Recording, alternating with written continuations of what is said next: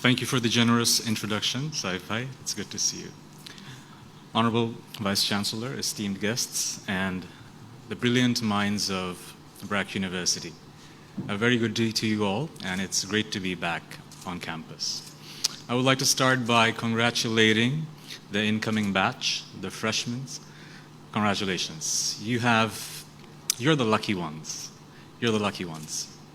Because you are embarking on a journey which is going to be the best learning phase of your lives. The reason I'm saying best is because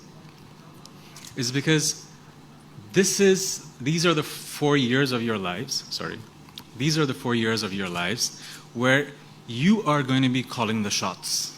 Your parents are not going to tell you porte bosho. Your teachers are going to teach you and not be that much invested in your studies, but it's you who will make sure that you're responsible for your own studies. So those who are responsible, you'll shine, and those who are not, you might not shine, but this is the time you will shine for sure. Now, as I was driving from my home to campus today, I was reminiscing about my time here at BRAC University, and I was like, what should I talk about today?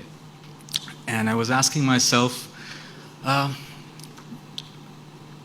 what did students like about my classes?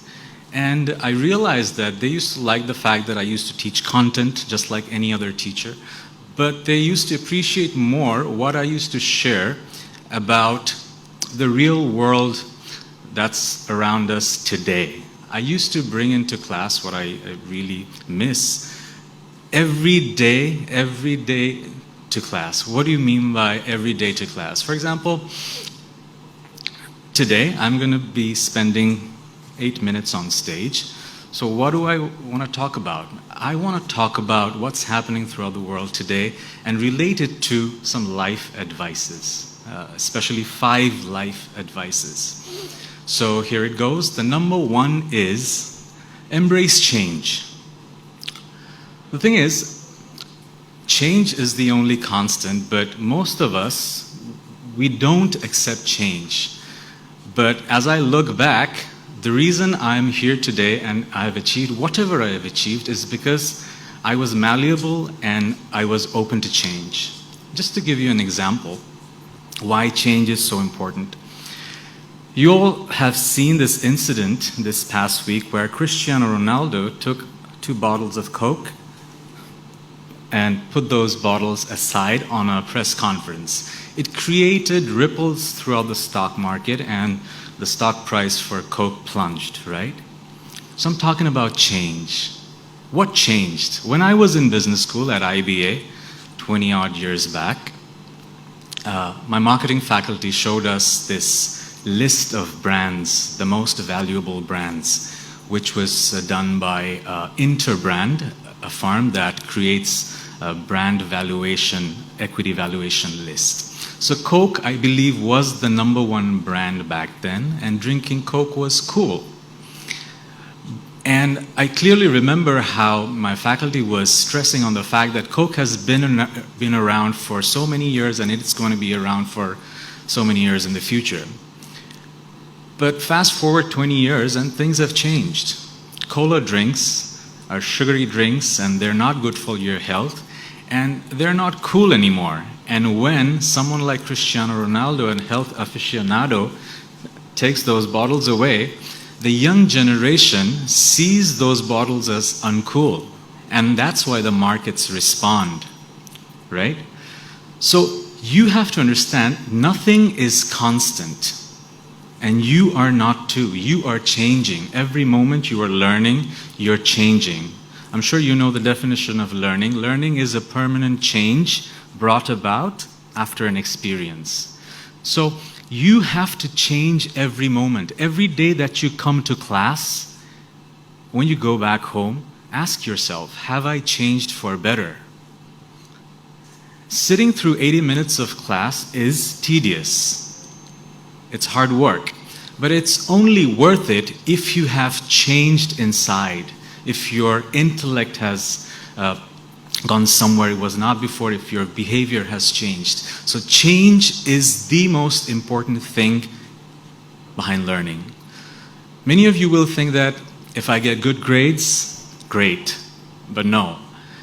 The only thing that's going to be important throughout your journey here at BRAC University is intellectual change and behavioral change. So my first advice is change, or you will be Coke. Number two is dissociate your emotional energy from your actions. And that is what maturity is. I wish I knew this 20 years back. Someone should have told me, but I had to realize this through my own ordeals and experiences. What do I mean by dissociate your negative emotional energy from your actions? Again, what's happening throughout the world today? Just past week, the #1 cricketing icon of our nation could not dissociate his emotional energy from his actions, right? His fans, us, we tried to rationalize his actions, as fans do. Others did not take it very lightly.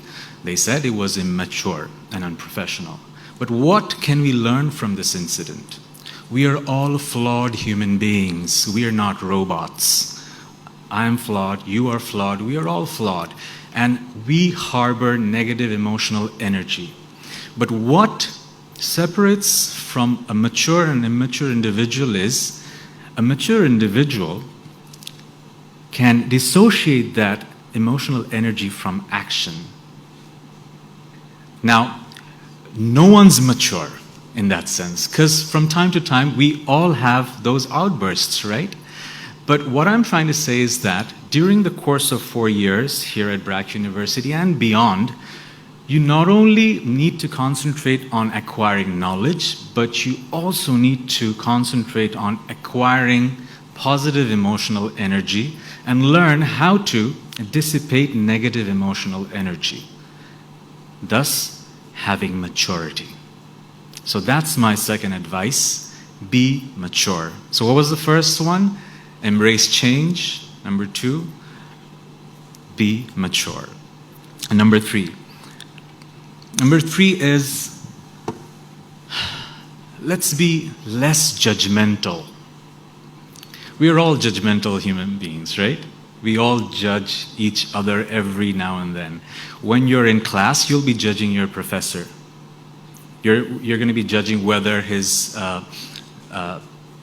command over the content is at par with your expectation or not. You're going to judge whether he is boring or not. You're going to be judging him every other day. All the faculties. Your faculty member is also going to judge you, whether you're attentive, whether you're a good student. We are all judging each other. Now, judging, if it's part of your job, it's good. But what I've seen in my life is that most of us are so judgmental that we have forgotten the word compassion. We are judging each other every moment in a manner that we feel like we have the authority to judge everyone. My request to you is that let's put on that compassionate hat and then look at people. Let's be a bit more humane. The other current incident that I want to talk about, this I don't think many of you have seen, but recently in India, this past week, an advertisement by an alcoholic beverage went viral for the wrong reasons. Many of you have seen it, many of you haven't. So Sanjay Dutt, the Bollywood superstar, was part of this advertisement of an alcoholic beverage where he was promoting the beverage using toxic masculinity. Now this advertisement was aired maybe 25 years back. I don't know the exact date. But in 2021, when someone watches it, it's evident that it's extremely toxic. And that's why it went viral this week. Everyone is in India and also in Bangladesh, some people are sharing it and judging how toxic and in poor taste the advertisement was, right? They're pointing a finger towards Sanjay Dutt and the company and all. It's very normal. But the thing is, the realities of this world in 2001, 2021, and maybe 1995 was not the same. I'm not defending that advertisement. It's deplorable. What I'm trying to say is that when you put on a lens of 2021 and start judging something from 1960s, 1970s, it is automatically going to look demented. So what I'm trying to say to you is that you will judge. That will come naturally to you. But you have to understand the point of view of the other person too. In 1995 or 1990, the concept of toxic masculinity was not coined at all. At that point, at that time, wearing pink used to be like, oh, you're wearing pink, right? But now, we have dissociated the association of color with gender. We are woke population, right? But since we are woke, does that give us the right to judge others? No. We can educate others. So my advice, third advice to you is that be good students, but more than that, be an individual with compassion. Judge others less and educate others more. Someone is doing something wrong, most likely because he didn't have the education that you did. So number one, embrace change. Number two, dissociate negative emotions from actions. And number three, be a bit less judgmental. I have like 2 minutes, so I'm going to end. Number four is practice introspection. Don't make life goals judging by what others think. Think about who you are and what you want to achieve in life, what makes you happy, and go for it. I had a story, but I'll skip that. And the last one is create value for yourself and others. I won't skip this one. So the thing is, in life, we are all in a rat race, right? You would agree. Most of us are in a rat race.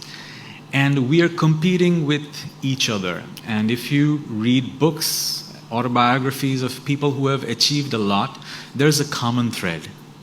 The common thread is that fulfillment doesn't come from material wealth and accomplishments. Fulfillment comes from reaching out to people and empowering others' lives.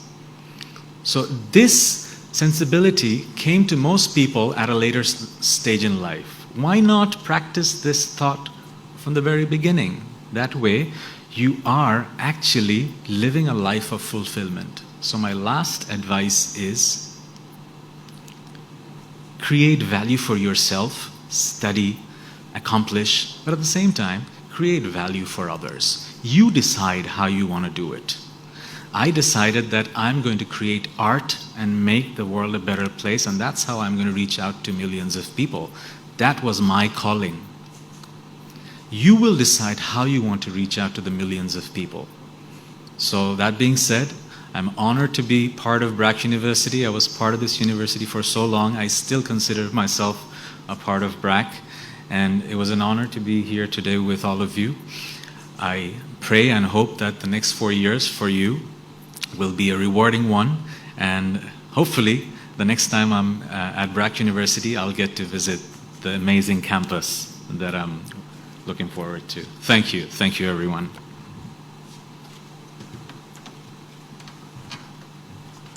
Thank you so much, Tahsan bhai.